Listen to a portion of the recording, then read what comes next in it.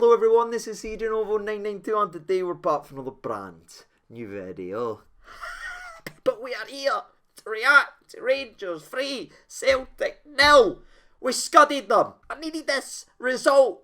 People, I really did. I needed it just as much as Middle Earth needed wee Frodo to cut about with his big hairy feet and throw a ring down a volcano, you know what I mean? And now we're soaring back down on the Eagles, ladies and gentlemen, and no, I didn't realise we were going to do a Lord of the Rings reference to start today's video off, but it's on there and my hands are up and they're no coming down because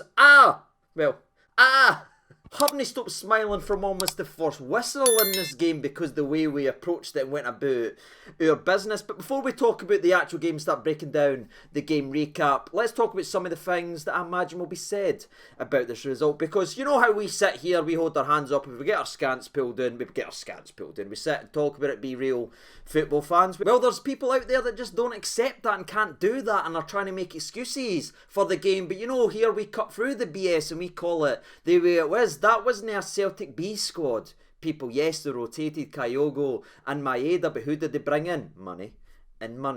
People, you know what I mean? That was still a team that had Jota, Starfelt that they all absolutely love, Callum McGregor, for instance. If that's the B team, Celtic must be extremely blessed, because we do hear constantly writing off how great their depth is and they can beat us with any squad. Well, now that they've been beaten so easily by Rangers, they're now saying they were missing it was the B team. That's nonsense. Let's not get into the childhood games of that. That was a very strong Celtic team, and if you want to start playing tit for tat, you can have a look at the Rangers side that actually pulled the scants down. You had the third choice goalkeeper, the third choice centre half, the second choice fullback, about the 78th choice winger in Rabbi Matundo, Lundstrom, who would be nobody's choice for the majority of the actual season. I mean, we played this game of football without an out-and-out number 9, yet people want to sit here and talk about reserve squads, B squads, any squads like that. That is ridiculous. The only two strikers we've really got at this football club, one of them was on the bench because he's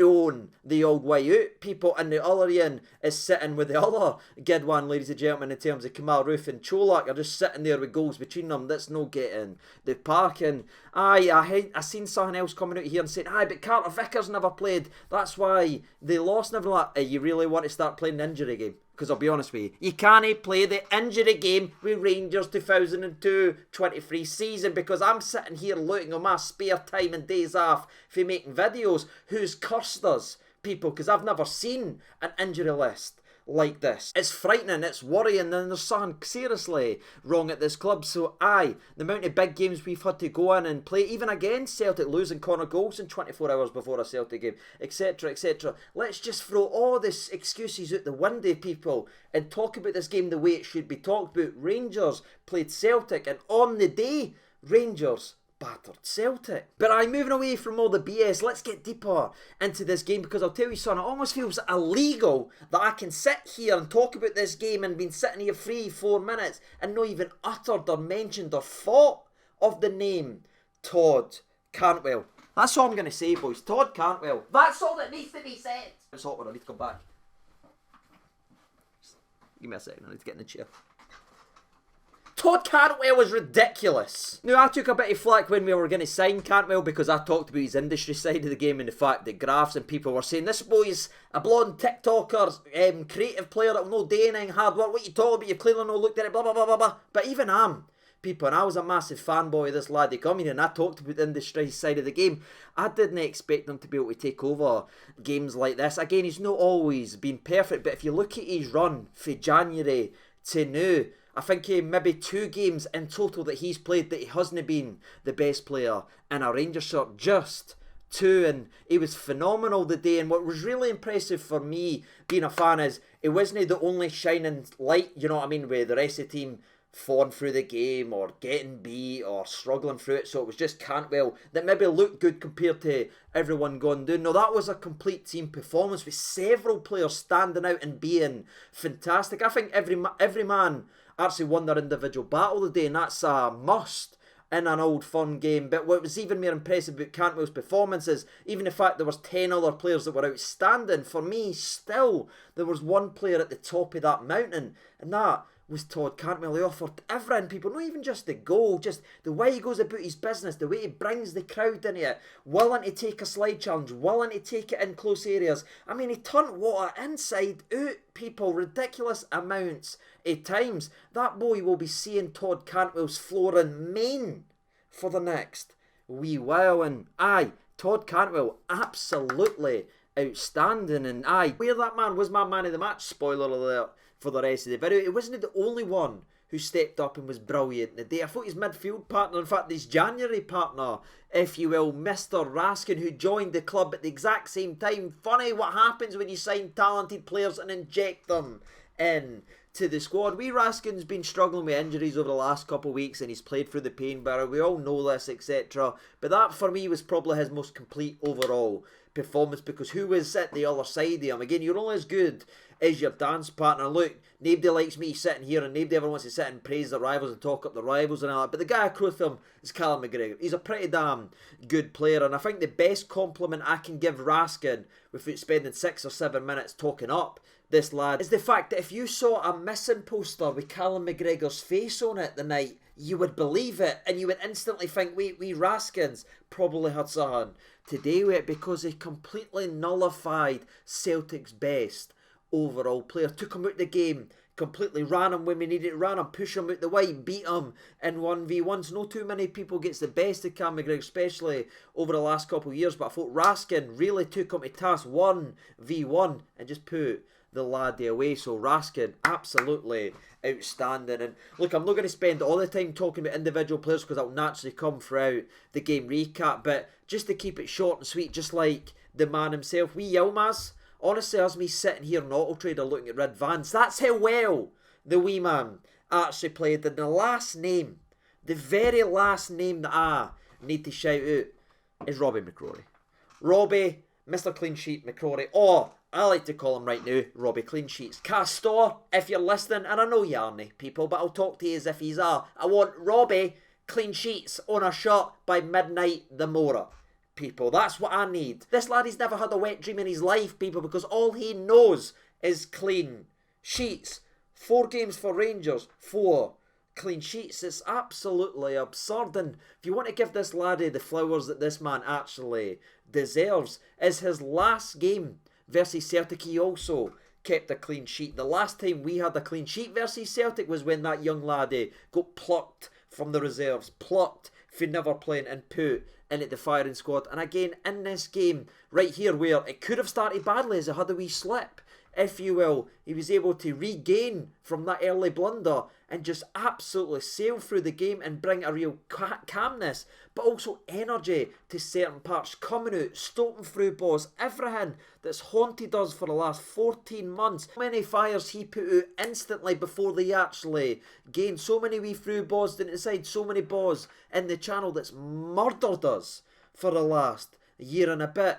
Completely took out the game like that simply by a goalie being fast off his line, and whether he was coming to get it with his hands or booting it 65 feet in the actual air. I can't give this laddie enough credit coming back in again, and it would honestly be a disservice to ever drop this laddie again until the likes of Jack Butland comes in. Let them battle out, let them have an opportunity there, because we have never been let down by this young man. 4 games, 4 clean sheets. Let's see what the kids actually go. And last thing I want to say, by the way, if you want a wee fun fact, and no, not that one, the McCrory brothers, both Robbie and Ross, even though that's kind of a swear word these days, both of them actually sit there as the only 2 brothers to ever play for this football club and have 100% clean sheet ratios. Shout them out! I mean, mostly Ross when he played for us, but that fact right there remains, and let's hope it remains for a long time. But I'll be honest with you, ladies and gentlemen, I'm starting to lose my mind a little bit. I don't even know what I've talked about so far. Granted, it may be heat stroke, could be,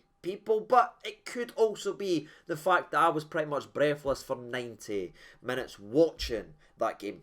It's probably the heat stroke, but also it could be that from a romantic point of view as well, because I thought for the first whistle, the way we approached this game was exactly the way we wanted to see. We wanted to see these players match the energy of the fans. The meaningless game, it doesn't matter. Tell that to every player who's on that part, whether you're from the Rangers end, smiling like a Cheshire cat, if you will, whilst on the other end there was boys punching grunts, arguing with each other on the Celtic end. Tell me, look me in the face and tell me that game didn't matter when you seen the way they were actually reacting. It matters. It's an old firm. They always matter, people, and one team grabbed this game by the scruff of the neck and went after it from the start, and I felt, okay, let's just get that goal, because that's what stopped us. We've had periods, we've had moments, we just couldn't score in a brothel for a large majority of the season. That's been our big issue. Todd Cantwell and Raskins came in, improved the midfield. I thought Jacko and Lunny was also very good this afternoon, by the way. Maybe the quiet, maybe, I can Jacko had that one mistake, we'll talk about that a bit later on, but he was just giving Robbie an opportunity to shine, people. He's playing 4D chess. I thought the two of them maybe done more of the defensive, uglier side of the game and just allowed the other two just to run the game the way they wanted. Whatever they needed, Jacko and Lundstrom covered here, allowed them to really just run the game, and they were excellent. And it's no surprise everybody that I just mentioned is involved in the first goal. The ball eventually gets swung over to Fashion Sakala on the right hand side. You'll be hearing that a lot. To variant levels of success, but he passes it into Lundstrom. Lundstrom has a shot now. To be fair, where I was sitting, I thought, oh my god, that was a great save by Hart, but then I seen it back, it's straight at Hart. But I sit here and tell you constantly, people, that this guy is dreadful at the old goalkeeping position. He just is. He's just bailed out a lot of the times because teams are scared to attack Celtic, and there's a certain guy called Carter Vickers that is their defence, people, but we'll speak about that in a minute or two, because the rebound comes from Joe Hart, even though it is hit right at him, and for the first time this season versus Celtic, we have scored an open goal rebound. Game football can be cruel sometimes. It can be separated by inches, and even though we have been poor in the last couple of games versus Celtic, we've each had the opportunity of an open goal rebound that we've missed, and they've went on to win. Well, we finally took one in this game and we went to win the game. That's the fine margins that separates Rangers and Celtic. You take that chance in other games, who knows what happens. We didn't matter. Celtic won them. We took them in this game right here, and it gave us a platform to have a phenomenal game. And I want to shout out Cantwell. That was a great finish. Not only did he put it into the back of the net, people, but he ended up putting it in the reverse head and shoulders of Joe Hart's, if you get my drift, as he nutmegs him, slaps it in the back of net and sets us on our way. And I do say set us on our way despite what happens about a minute or two later, because what happens after that? Cantwell gets back on the ball, wins the ball for McGregor, starts piling people forward, gives it to Sakala, who kind of wastes it, but it's positive, it's praising,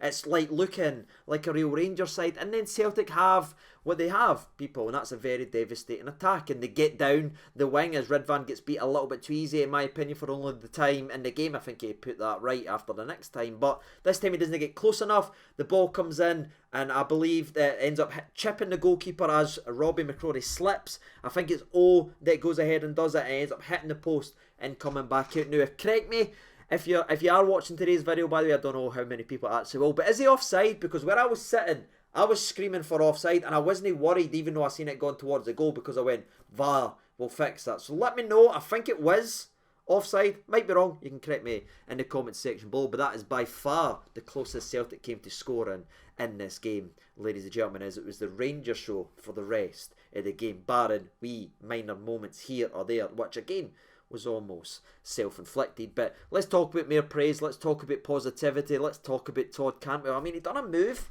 people, like, he done like a move that I can't even do in this spinny squeaky chair. It was like, he pulled it back to here, spun around, done a move, and I've got to do it, people. Can we pretend that never happened? Ladies and gentlemen, that would be greatly appreciated. I can't even do it on a chair that squeaks far too much for everyone's audio preference. But again, he does it on the part, turned wee water inside out, man, curled out. And that boy will be seeing Cantwell's glowing mane for the next couple nights, because he just tore him to absolute shred. Phenomenal skill, phenomenal ability, but it's a recurring problem, and it was almost a benefit to Celtic once again this season, because despite the brilliance, especially from the midfield, the attack, it was just sort of falling down either a Rabi cross, who, to be fair, I thought he stood up and be counted. This lad's took unnecessary poundings all season with some of the stuff that's been said of him. I've no agreed that he's not the first player to join this club and no hit away and become a success overnight. Sometimes it takes time, but I thought he was brave on the ball. I thought he tried to make things happen. It just seemed to break down here or there, and then you've got Sakala being Sakala. So we want to talk about every if or maybe, people. Let's talk about the facts, and that's the fact is we get a corner, ends up going out for another corner, and up steps the skipper for yet another goal contribution versus Celtic this season. They all laugh at him, they say about this about him, but he steps up and he's counted in the biggest games, and he always does. Puts it right on the money, and big Soapy Souttar gets his big cinder block on it and buries it into the back of net. And I need to hold my hands up and apologise to this lad. I didn't think we'd see him a lot this season. After his serious injury, I didn't expect to see him, because at that point Davies and Goldson was looking like the actual partnership. But Souttar bided his time, got fitter, got stronger, got sharper, and took his opportunity when it came. Obviously Davies went down injured. You never want to see somebody get injured or anything like that, but that gave John Souttar an opportunity. And despite I'm looking iffy playing alongside Ben Davies, I thought, and I'm not turning into a Goldie love fest and turning this into Goldson praise, but I think you need to give him some praise, because Souttar next to Goldson looks a hell of a lot different and a lot more comfortable than Souttar next to Davies. And Davies looks a hell of a lot more confident and controlled beside Goldson than he does next to Souttar. The only fact that remains is Goldson, and he seems to bring the best out of everyone. But I want to give Souttar a shout. I thought he was big, I thought he was brave, I got he stuck in, I thought he was quite sharp off the slide challenges, through that big cinder block, everything. And again, he gets his goal that he well and truly deserved after probably a hurtful campaign in terms of his injury record and that. So that would have meant a lot to the big yin, and it meant a lot to us fans. I enjoyed it, especially the way through Starfelt out the way. I keep saying I didn't rate the lad there, and I look at the Celtic defence, and again, the thing that always stands out to me is, and I think it's so obvious, see if you just let the bias go, if you let your bitterness go, if you just look at it, Carter Vickers is there, Connor Goldson. When Vickers plays, everybody gets better. When he doesn't, everyone looks worse. And that's the exact same for Connor Goldson when he plays in the Rangers shirt. That's just the way I actually see it anyway. You can disagree if you want, but that's the way I really see it. I think they see the two of them as being the best two centre-backs at the clubs, and when they play, there's a massive difference in everyone else. And I just thought the Celtic defence never had that calming influence, and they looked shaky, especially when you consider who was beating Starfelt the Heathers all afternoon. Fashion. Sakala. Wasn't it the physicality Morelos who used to throw Hummels and Pepe about and everything like that? It was Fashion, Sakala, and that's why I've been critical of Starfelt even when they've been beating us. I look at that lad and say I didn't rate him as highly as others, and if you saw it why the day when you take Carter Vickers away and he needs to be the guy, he's not the guy. Sakala had his way with him far too many times. I imagine if you're a Celtic fan, it would be worrying to see wee Sakala win that many headers. But we're now 2-0 up. We're in sort of control. I know there's this thing on Twitter, because I've been tagged in it a couple of times about a Goldson handball. Sorry, 1 second. Is people losing their minds? The boy's on the deck. He's fell. It's never, I didn't think it hits his hand either way, but he's on the ground. Where's he supposed to put his hand? Up his jacksie? But let's ignore nonsense, let's talk about football then. Celtic's other opportunity was actually ended up being very good play by Lundstrom, as he gets a block on an opportunity as Riley tries to ping it just to near post. Lundstrom, big, brave, puts himself in the way, and that actually gives us the opportunity for a very sharp counter-attack. And what I love here is it was first time football. It was glorious, it was gorgeous. Cantwell to Raskin to Lundstrom to Jack. Jack puts it out to Rabi. Rabi finds wee Ridvan. It's just unfortunate Ridvan's crossing isn't a Barisic. You know what I mean? What Ridvan gives you in some areas, he's no go as Barisic. But for me, I didn't think we're being successful in this game with Footer Ridvan, because how many times did he just go nail Abada? He's no got the scar tissues. He's no got the sitting at the back post watching Abada score goals for fun like a Barisic. He's brave, he's bold, he gets stuck in and he anticipates things. Again, he go beat once the day, no being sharp enough, but the rest of the game put markers in, won so many challenges, so I can forgive him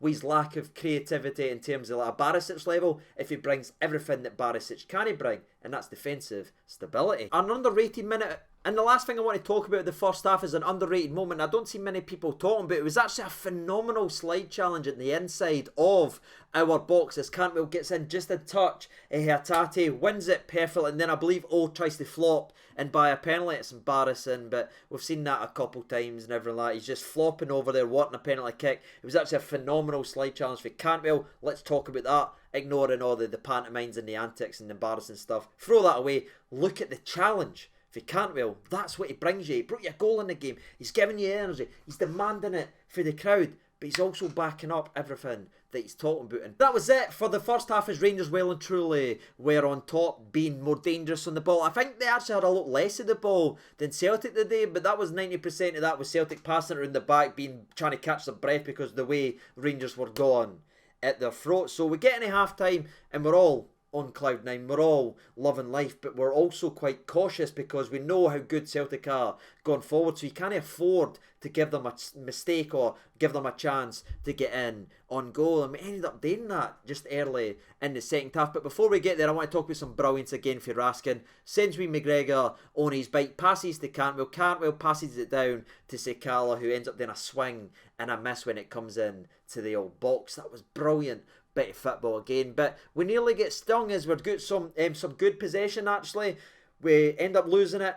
Jacko comes in, wins it. He's trying to calm everything down. The boy nips in front of him. I get what Jacko is trying to do. He's just trying to take a wee second on the ball, but the Celtic player's right on it. They ends up running through. I think Jacko and Souttar ends up doing enough to sort of narrow the angle, if you want. But this is the McCrory moment. Sorry, McGregor. That makes me emotional almost saying that. But it's the McCrory moment as he's big, he's powerful, and he not only saves the shot that really should have made it 2-1, but he gets it out and away, people. That was the moment. That was the tester. That was the moment this game could have flipped despite all our good work. But we had a goalie that stood up and counted for it and said, nah.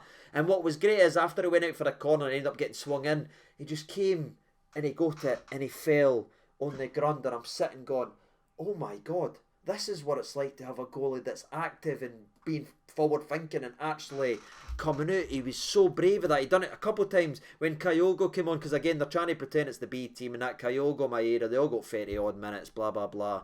Never like he came on. I think they actually got worse after they took O off. That's just my opinion. A lot of the long balls they tried to go for Kyogo that has hurt us all season. McCrory just ran and got it.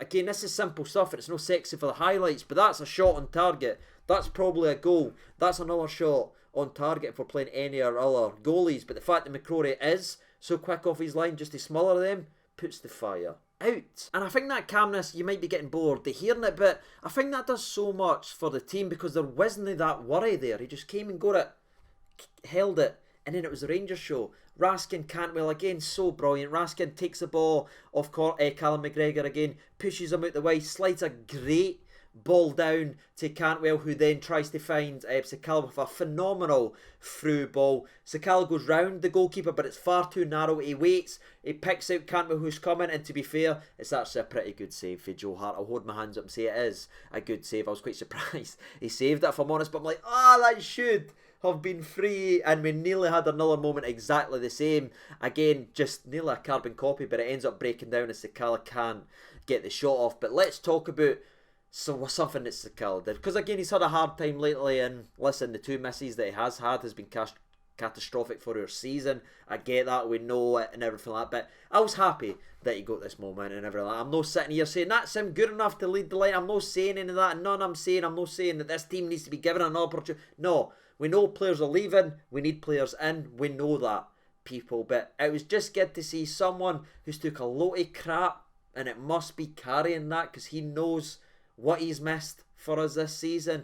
Just to have that wee moment there must have felt a hell of a good for him, and I'm glad that I am, because he's a good guy, you know. I mean, he's not exactly the greatest player, but he gives you everything, and he hounded that back line. You all love your Morelos and everything like that, but that's lazy now, and we've seen that for a very, very long time. He's not putting that effort in that we Sakala did, chasing lost causes, putting pressure on. So give Sakala a wee bit of respect here, and he gets his goal he deserves. But the way he gets it, it was almost like if you watch the Rangers career mode, Cantwell got it versus Liverpool, it's the exact same. This is a ball, right, that any other player is letting that go to Celtic and they're passing it back. But Cantwell makes a sprint 60 odd minutes into this game, chasing down Callum McGregor and Starfelt, and he just slides in, people, because he wants it. He's no giving it to the, he's not allowing them to take a wee bit of possession or calm the ball down. He's just absolutely all full pelt for this football. Comes in, nails the bay for them, gets the ball cleanly. Sakala then runs through it and he goes beyond the goalkeeper because that's what he's got. He's so quick. He has to do that more often. He should never shoot at a goal or shoot before it because that's just no his game. He goes by the goalie, and I think every single one of us were thinking the same thing as the boss. I felt like slow motion. You know what I mean? I felt like I was in a late 90s romantic comedy and the girl who's just let her hair down and took the glasses off has just started coming down the stairs and everything in slow motion. That's what it was like watching Sakala go through and go and hit that ball, and I'm going, he's hit it way. Listen! Be honest, if you're going to comment one thing in today's video, be honest, when he went round the goalkeeper and hit that towards the goal, did you think he was missing it? Let me know in the comment section below. I certainly did. It went in. It was a great moment for him, and that was, of course, the last goal of the game, but there should have been more. People, there were so many opportunities. Sakala then gets the ball for Cantwell, who again bullies two Celtic midfielders, plays it down the side. Sakala cuts inside, has a shot that ends up getting blocked. I'm starting to yawn, I'm starting to get sore, I'm still dizzy for the heat stroke, but we keep going. The game recap is Cantwell's on the ball again, does a nice wee spin, plays it down to Rabi, who is blowing at this point. But again, it gave so much. We probably don't mention him a lot, but the energy, the drive, the closing down.